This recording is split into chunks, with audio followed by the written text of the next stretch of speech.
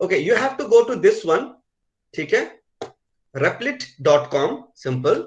You have to click start coding और ये Google पे क्लिक करके एंट्री कर जाओ.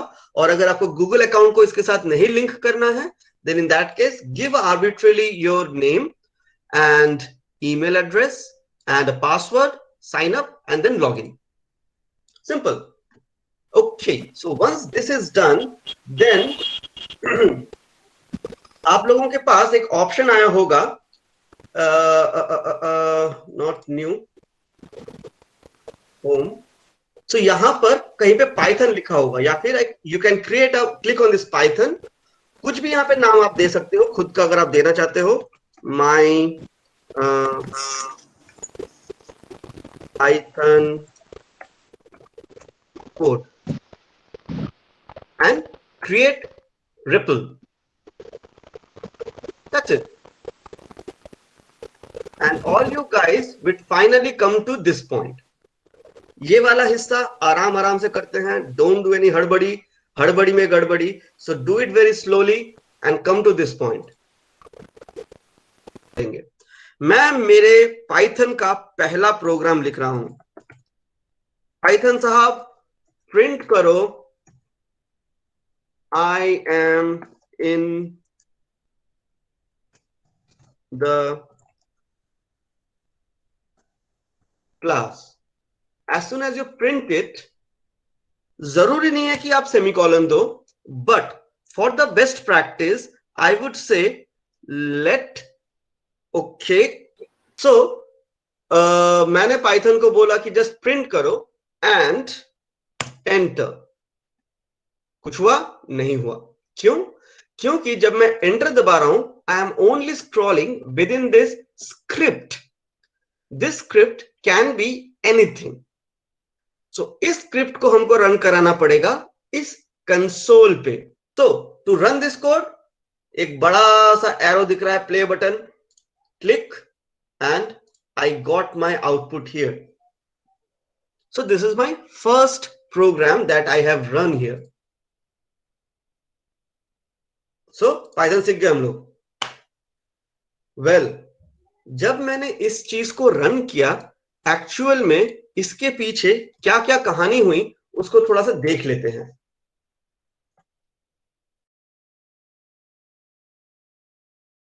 हम लोगों ने सबसे पहले एक सोर्स कोड बनाया और उस सोर्स कोड में लिखा कुछ तो भी, एक स्ट्रिंग लिखा. यहां पर उन लोगों ने हेलो वर्ल्ड लिखा है. ठीक है, यूजुअली पहला कोड हमेशा हेलो वर्ल्ड का होता है. सो इस सोर्स कोड को लिखने के बाद जब मैंने प्ले बटन दबाया और जब वो लिखावट स्क्रीन पे आया, उसके बीच बहुत सारे प्रोग्राम हो चुके हैं. So the first thing is this source code was delivered to the interpreter, and this interpreter is a kind of person who is actually listening this source code, and he is generating a machine level language which is in terms of bit 0 and 1. This machine level language is something that could be understood by the kernel of the machine. So this machine level language is been delivered to the machine, and since this machine can understand only 0 and 1, he understands what are the instructions has been given to him, and then he is representing the output of the instruction that was written in the source code. So source code actually mein kya hai? The source code is the high level language code file where we human write the code in a human readable format. And this interpreter is the main agency who actually translate the code in which the computer can understand, and that code is called my low level or machine level language code. ठीक है. सो ये सारा का सारा कार्यक्रम हो रहा है जब मैंने सिर्फ इस बटन को दबाया. वेल, एक्चुअली क्योंकि ये एक वेब बेस्ड यूआई है, इसमें और भी एक दो सिचुएशंस या फिर एक दो चीजें होती हैं. वो क्या? क्योंकि एक वेब ब्राउजर है तो यकीनन यहां पर कुछ इंस्टॉल नहीं है। So this instruction is posted to a machine. उस मशीन में जाने के बाद वहां पर ये सोर्स कोड कहीं ना कहीं पहले क्रिएट होता है, and then this entire journey executes, and whatever he is generating वो इंफॉर्मेशन फिर वापस हमारे कंसोल में वापस आता है, and that we are seeing over here. ठीक है, fine. So this is what a programming is happening within the Python. एक काम करते हैं, इस पाइथन प्रोग्राम को थोड़ा सा इंटरेस्टिंग बनाते हैं, क्योंकि मैं ज्यादा थ्योरी में जाने में, जैसे मैंने बताया, मैं ज्यादा इंटरेस्टेड रहता नहीं हूं। सो मुझे इस लाइन को 3 बार प्रिंट करना है। What would I do? You can do a interesting thing. rather than using loop, multiply this by 3 times। अगर तुमको इसको 3 टाइम प्रिंट कराना है तो देखते हैं। अरे वाकई में I am in the class 1 time, I am in the class 2nd time, कहां गया आई? ओ ये रहा, I am in the class 3rd time. इसने 3 बार मुझे प्रिंट करके दिखा दिया। मुझे अगर 100 बार करना है, आज्ञाकारी है। यूजुअली बिना लूप के ना तो जावा में ना तो सी में ये पॉसिबल है, लेकिन अगर ये एक लाइन में आता तो शायद थोड़ा बेटर होता। नहीं, ये क्या लिखा है? I am in the class, I am in the class, I am, कोई फुल स्टॉप नहीं, कोई कॉमा नहीं, एक के बाद एक लिखा जा रहा है, लिखे जा रहा है, ये मुझे पसंद नहीं आ रहा है कुछ। सो मुझे एक एंटर मारने की जरूरत है यहां पर। यस, मुझे श्रद्धा ने ऑलरेडी आइडिया दे दिया। थैंक यू श्रद्धा, मैं भूल गया था इस चीज को बताने के लिए, वेरी वेरी थैंक यू। सो मैं श्रद्धा के अनुसार एक \n मारता हूं। ये \n होता क्या है, पहले उसके बारे में थोड़ा समझ लेते हैं। किसी भी कोडिंग लैंग्वेज में कुछ कुछ ऐसे कैरेक्टर्स होते हैं जिनको प्रिंट करना बहुत मुश्किल होता है। जैसे मेरा नाम, सोचो कि मैं एक चीज लिखता हूं यहां पर, उसके बाद मैं इस पे आता हूं, माई नेम इज दिवाकर, और मुझे दिवाकर को डबल कोट पे रखना है, कुछ इस तरीके से। रन करता हूं, कोड में एरर है। अरे मुझे इसको डबल कोट्स पे प्रिंट कैसे करूं? मुझे तो डबल कोट भी रखना है इसको अभी। तो ऐसे कई सारे कैरेक्टर्स होते हैं जिनको प्रिंट करना या फिर जिनको यूज करना as a in the console is very difficult, and that's why we use a escape sequence. मतलब उनको हम लोग एस्केप कर देते हैं उनके एक्चुअल मीनिंग से, और जिन जिनको हम लोग एस्केप करते हैं उनके सामने हम लोग एक इस तरीके का \_ लगा देते हैं। ठीक है, सो मैं 100 बार नहीं प्रिंट करता हूं फिलहाल, इसको कुछ ज्यादा ही हो जाएगा। मैं इसको सिर्फ एक ही बार प्रिंट करता हूं। So my name is Diwakar. So now double inverted comma is escaped with its actual programming understanding. मतलब पाइथन डबल इन्वर्टेड कॉमा को जिस तरीके से समझता था, मैंने उसको एस्केप कर दिया उसके मतलब को। So come back to the next escape sequence. क्योंकि मुझे न्यू लाइन करना है, मैं जस्ट यहां पे ऐसे लिखता हूं, यूज योर कॉपी और pen to write it down. New line मतलब होता है \n। अगर मुझे एक टैब यूज करना है, ठीक है, सो टैब के लिए मैं यूज करूंगा \t। अगर मुझे डबल इन्वर्टेड कॉमा को प्लेस करना है, so to print this, sorry, then I will use this. कहां गया दिस, लाइक दिस।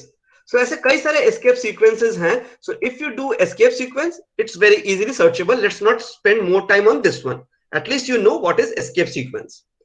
फाइन, यहां पर अगर मैं एक \n यूज करूं तो मेरा काम बन सकता है। देखते हैं, मैं इसको मल्टीप्लाई बाई 1000 करता हूं अभी, सॉरी 100 करता हूं। 1000 किया तो मर ही जाएगा ये। Now it is giving me exactly the way I need. ठीक है, सो ये हो गया कुछ प्रिंटफ के बारे में स्टेटमेंट्स। और भी कई सारे हैं, मैं सारे डिटेल्स में जाके मैं प्रिंटफ को लेके बोर नहीं करना चाहता। छोटा सा चीज छोटा ही रहने देते हैं, हम लोग थोड़े और आगे जाते हैं। अगर मैं यहाँ पे \t करता हूँ और 100 नहीं करता हूँ, 100 कुछ ज्यादा ही बड़ा नंबर है, मैं इसको चलो 10 कर देता हूँ। ठीक है, So if I run this code, I don't have to even select. See, अभी दिवाकर के बाद एक टैब आ रहा है. It's not a single space, हाँ, it's a tab. So जैसे हम लोग वर्ड डॉक्यूमेंट में टैब दबाते हैं ना, so it's working like that. ठीक है? So this is how this tab work. So why tab we are using? Like कोई सेंटेंस थोड़ा छोटा है, कोई सेंटेंस थोड़ा बड़ा है, लेकिन उसके बाद का सेंटेंस एक ही लाइन में आना है, then that has to be used with a tab rather than space, right? So that's why we use \t as a tab. Okay, fine. यहां तक अगर चीजें थोड़ा बहुत क्लियर हो चुकी है, पाइथन का कोड रन हो चुका है, देन मैं एक स्टेप आगे जाने के बाद थोड़ा सा थ्योरेटिकल में चले जाऊंगा. सोचो कि मुझे यहां पर एक नाम को अभी रीड करना है, तो मैं कैसे रीड करूंगा? लाइक मुझे कंप्यूटर को या फिर कस्टमर से उसका नाम मांगना है, and then I want to say hello customer. मतलब कस्टमर का पक्का कुछ ना कुछ नाम होगा, तो वो कैसे करते हैं मैं वो एक बार दिखाता हूं यहां पर. ठीक है, मैं जस्ट मॉड्यूल्स को कर देता हूं. सो मैं करता हूं एक्स, या फिर एक्स नहीं, name is equal to, name सिर्फ नहीं करता हूं, नेम कस्टमर नेम. एक्चुअली हमेशा वेरिएबल्स के नाम को स्मॉल से शुरू करो. Again it's a convention and it's a best practice. आप कैपिटल से भी शुरू कर सकते थे. ठीक है, सो मैं प्रिंट कर रहा हूं. अच्छा, मैंने मेरा बेस्ट प्रैक्टिस को खुद ही यूज नहीं किया, व्हिच इज वेरी बैड. अब एक सेमीकोलन दूंगा मैं. ये एंटर देने की मुझे कोई जरूरत नहीं थी, मैं ऐसे भी लिख सकता हूं इसको, प्रिंट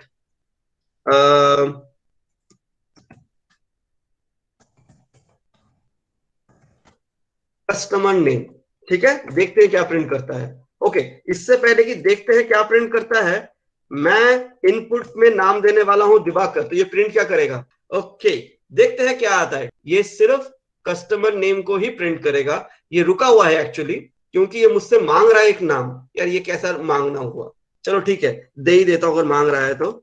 दिवाकर, एंटर. अरे यार ये तो बड़ा अजीब है, मैंने दिया दिवाकर, वो प्रिंट कर रहा है कस्टमर नेम. वेल एक्चुअली यहां पर कस्टमर नेम को एज अ वेरिएबल ट्रीट नहीं किया जा रहा है.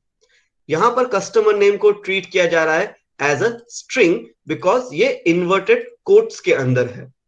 ठीक है, so this is treated by its face value, not is base value. मतलब इसने जो वैल्यू होल्ड करके रखा है उस वैल्यू के साथ इसको ट्रीट नहीं किया जा रहा है. सो अगर मुझे उस वैल्यू से इसको ट्रीट करना है, मैं थोड़ा सा इसको प्रिंटिंग अच्छा देखने के लिए ऐसे कर रहा हूं. मैं दो स्ट्रिंग को कॉन्कैट कर रहा हूं, और कॉन्कैट करने के लिए मैं प्लस भी यूज कर सकता हूं, मैं कॉमा भी यूज कर सकता हूं. ठीक है, ओके. सो कॉमा देने के बाद मैं यहां पर कस्टमर नेम लिख देता हूं.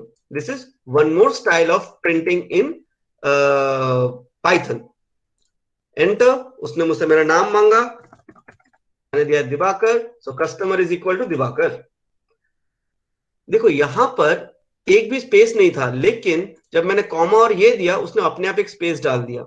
ठीक है, तो इसका मतलब जब भी मैं दो तीन स्ट्रिंग को कॉन्कैट करता हूं, Python is intelligent enough to put that space, right. लेकिन यार ये मुझे अच्छा बिल्कुल नहीं लग रहा है कि ये सिर्फ एक खाली पन्ने पे दिवाकर मांग रहा है. मैं चाहता हूं कि कुछ मांगे भाई, मैं कस्टमर हूं अभी, है कि नहीं. So he should ask me something like what is your name, right? So मैं इसमें इनपुट दे सकता हूं जो कि एज अ प्रॉम्प्ट काम करेगा. प्रॉम्प्ट मतलब जब ये कंसोल पे वेट करेगा कस्टमर के इनपुट के लिए, तो सबसे पहले ये उस प्रॉम्प्ट को, उस स्ट्रिंग को डिस्प्ले करेगा. तो अगर कस्टमर को डिस्प्ले कराना है तो थोड़ा अच्छी तरीके से कराते हैं. Sir please enter your name. Space डाल देता हूं. ठीक है, अभी चलाया जाए इसको. अब हुई ना कुछ बात, अब लग रहा है कि नाम देने में मजा आएगा. चलो मैं पूरा नाम ही देता हूं, अब की बार आधा नाम नहीं, इतनी इज्जत के साथ मांगा है तो. सो this is how it goes. ठीक है.